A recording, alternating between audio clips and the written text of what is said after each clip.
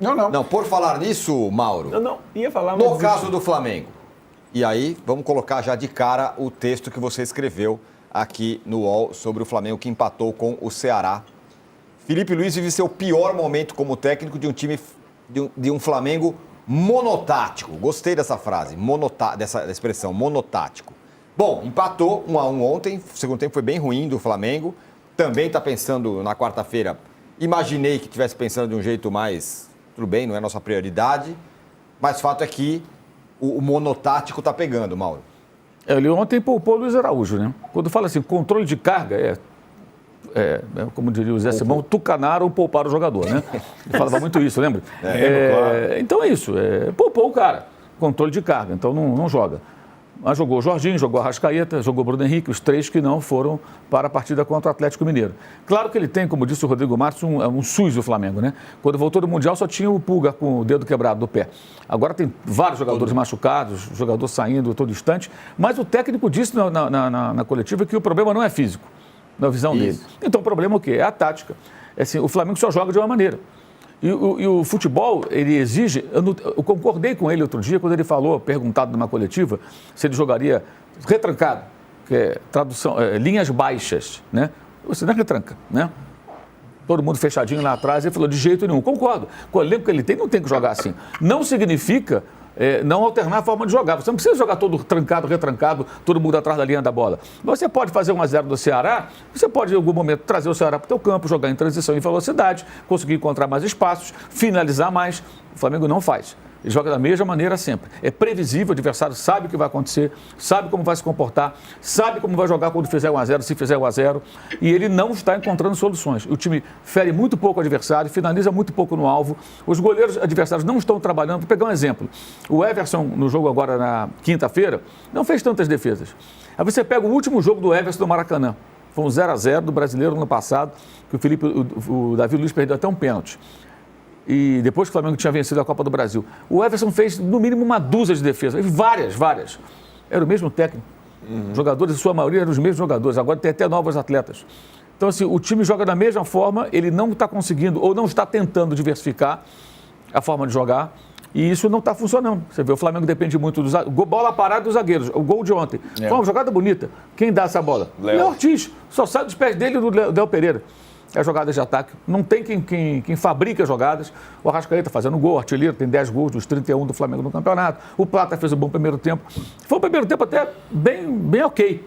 Não foi sensacional, mas foi ok. Mas o segundo foi horroroso, muito ruim. E o time não, foi muito mal, né? O time não surpreende. O Rossi foi um desastre, né? Na saída de gol aí. Foi um negócio medonho. Falhou clamorosamente e o Pedro Raul empatou o jogo. Então, assim, o Felipe Luiz ele ou não está buscando, ele não consegue, ou as duas coisas. O fato é que o Flamengo é previsível, só joga dessa maneira, pressiona, quer a bola, fica com a bola, mas troca passes, não é incisivo, tem dificuldade para conseguir abrir espaço para finalizar. Para finalizar tem que ser nas condições ideais de temperatura e pressão, então fica buscando um espaço que muitas vezes não aparece. Ele tem que mudar isso aí. Quando você faz 1-0, está fora de casa, num jogo contra o Ceará, com um gramado ruim, e a torcida toda do Ceará ali, que evidentemente exigindo que o time busque um empate, você tem que ter um plano B, você tem que ter uma forma de aproveitar esse cenário. O Flamengo não aproveita. E nas coletivas, praticamente ele fala que é isso aí mesmo. Mas não pode ser só isso aí. Então, eu acho que é o pior momento dele, porque ele tem problemas, mas tem jogadores novos ao mesmo tempo. Né? Esse mês agora, os jogos em tese são menos complicados do que no período anterior. E o Flamengo priorizar o brasileiro, ok. Mas não basta priorizar, tem que priorizar e jogar. Jogar bem. Você prioriza e joga mal e não ganha, não adianta nada. Então, toda a expectativa era para esse jogo. Tinha que ter vencido. Não significa que o Ceará seja galinha morta, não é isso. Mas era para vencer. E tinha toda a condição para isso. Então, ontem eu achei, assim, terrível e bem preocupante mesmo. Não com relação à Copa do Brasil, não. Aí é outra história, mata-mata, quarta, né? Quarta, 7 horas, aí é outra história. Mas com relação ao campeonato. Não adianta priorizar e jogar dessa maneira previsível. O Flamengo é muito previsível. Eu confesso que, na hora que eu vi o texto, eu achei pior momento do Felipe Luiz. Porque ele tem... Estamos falando do pior momento do Abel, estamos falando do pior momento do Felipe Luiz. Tem uma semelhança nisso aí, né? É o momento em que eles têm mais jogadores e que os clubes mais investiram em jogadores. Então, o técnico, em tese, tem condição de fazer bastante, né? E então, a responsabilidade da cobrança sobre os dois vai ser grande. Não importa que um é novo, chegou ano passado, e o outro tem 5 anos de clube. Né? Ninguém fez investimentos, o Botafogo fez também, mas o Botafogo é um asterisco, a gente não sabe como é que é o Botafogo, o técnico é novo, muda toda hora, não sai, não publica balanço, é uma outra coisa. Para Flamengo e Palmeiras, os espanhóis do Tirone, é o ônus também de você ser técnico dos 2 clubes mais poderosos do país e que estão se reforçando nessa janela absurdamente. Né? Então aí nós vamos voltar um pouquinho na questão do poupar ou não poupar em relação ao Flamengo, priorizando o brasileiro. O meu outro olho, eu ficava olhando escalações. O Galo, que é o adversário do Flamengo, certo? O Galo, no brasileiro, aliás, há anos o Galo no brasileiro, ele vegeta, né? Ridiculamente. O Galo ganhou no Maracanã. Putz, não vai jogar só não jogou o Hulk. Aí faz sentido. Não, eu tenho meu melhor jogador. Tá com 30 e tantos anos. Eu vou preservar 39 anos. Semana passada. Eu acho que o Cuca, na estratégia da semana, ele não podia não vencer o Bragantino. E olha que não jogou bem também, não. Com 1 a mais, tomou o gol de empate, quase cedeu o empate. O Natanael fez o gol da vitória depois. Mas o Atlético, ele não mirou só o Flamengo na semana. Ele preservou um jogador e foi com os demais. E acho que essa situação, para o Felipe Luiz, se ele for eliminado na quarta, que é um resultado normal, o Flamengo precisa vencer fora de casa, perdeu em casa. Só o Flamengo e o Inter perderam em casa na Copa do Brasil. A responsabilidade, a cobrança pelos resultados, pelo sucesso na Copa Libertadores e no Brasileiro será grande. E ele tem que ter preparo para tal. É curioso, eu acho que uma coisa não tem a ver com a outra. Quando o nosso companheiro falou que ele se perdeu depois da entrevista sobre o Pedro. Está lá atrás, o Pedro já está jogando. Mas o fato é que o Felipe Luiz, tudo para ele é novo. Administração de grupo, relação de jogadores.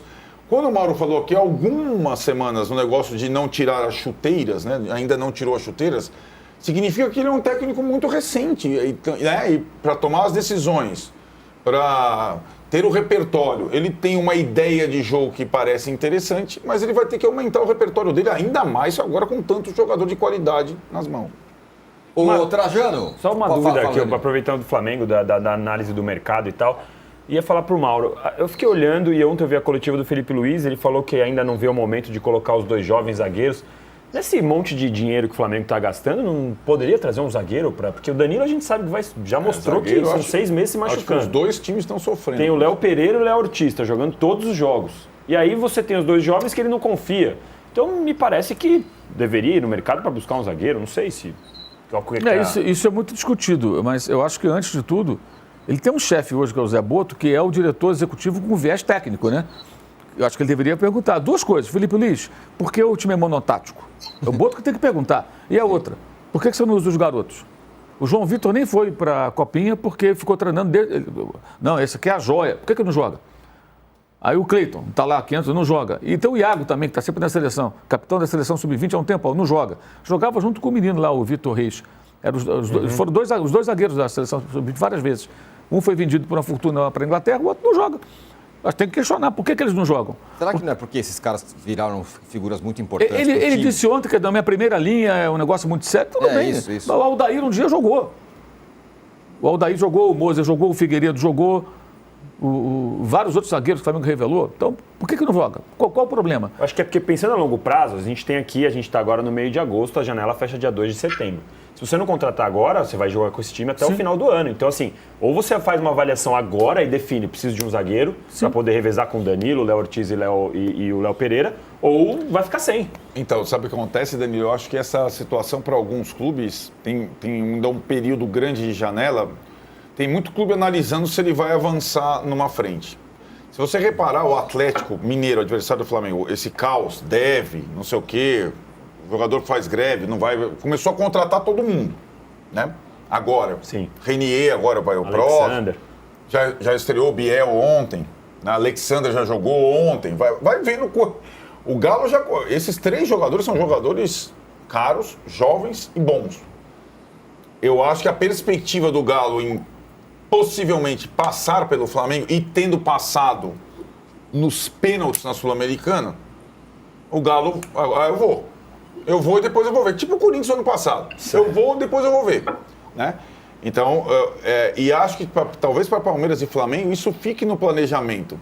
Se Palmeiras e Flamengo, agora é quarta-feira, se Palmeiras e Flamengo são eliminados na quarta-feira, eles têm 2 frentes só. Aí talvez não precise com a voracidade que eles têm ido ao mercado, faltando 2 competições para terminar a temporada. Libertadores e Brasileiro não fica toda semana jogo, né?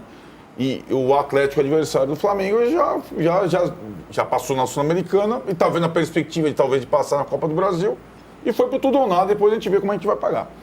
Agora, Trajano, estou chegando à conclusão aqui. Quando você mais contrata, o técnico fica mais pressionado. Mas é assim, sempre entendeu? foi. Palmeiras e Flamengo, mesmo com os 2.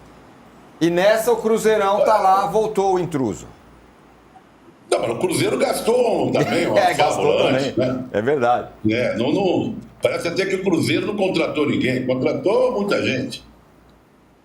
O que me impressiona no Felipe? O que foi, Juca? Só não usa nessa... Entra de vez em quando.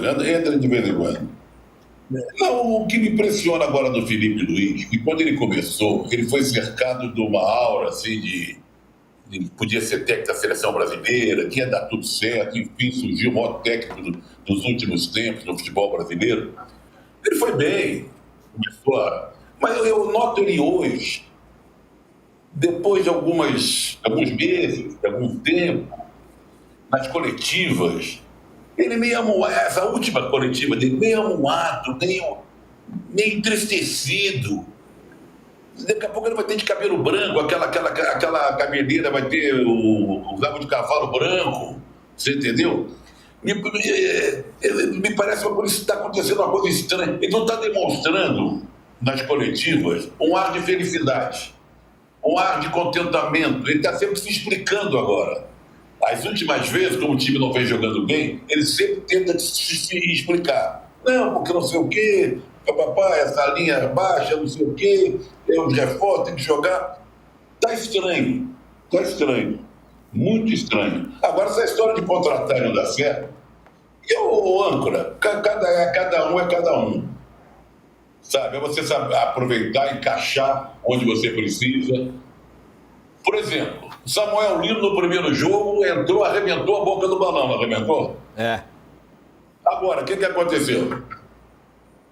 Caiu como o time Qual inteiro. é o Samuel Lino que a gente vai ver? Claro, chegou agora, não jogava faz tempo, não sei o quê. Mas a gente vai ficar expectativa. O Samuel Lino, quando acabou aquele primeiro jogo dele, jogou poucos minutos, parecia um jogador de seleção brasileira.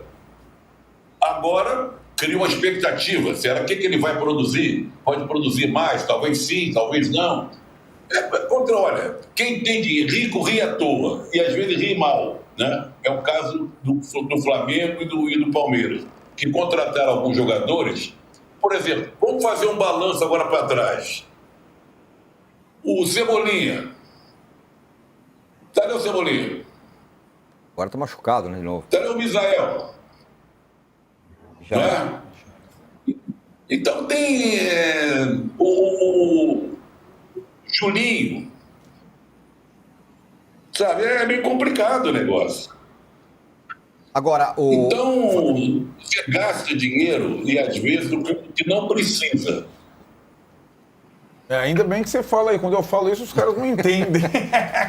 Não, acho que a questão do time endinheirado é a margem de erro. Você tem mais dinheiro, se você pagar suas contas em dia, você pode gastar mais. Mas também paga e você tem mais margem de erro. O cara que tem 10 milhões para gastar em uma compra, ele não pode errar. Sim. O cara que tem 100, ele vai poder comprar 10 jogadores de 10. Então, tá tudo bem.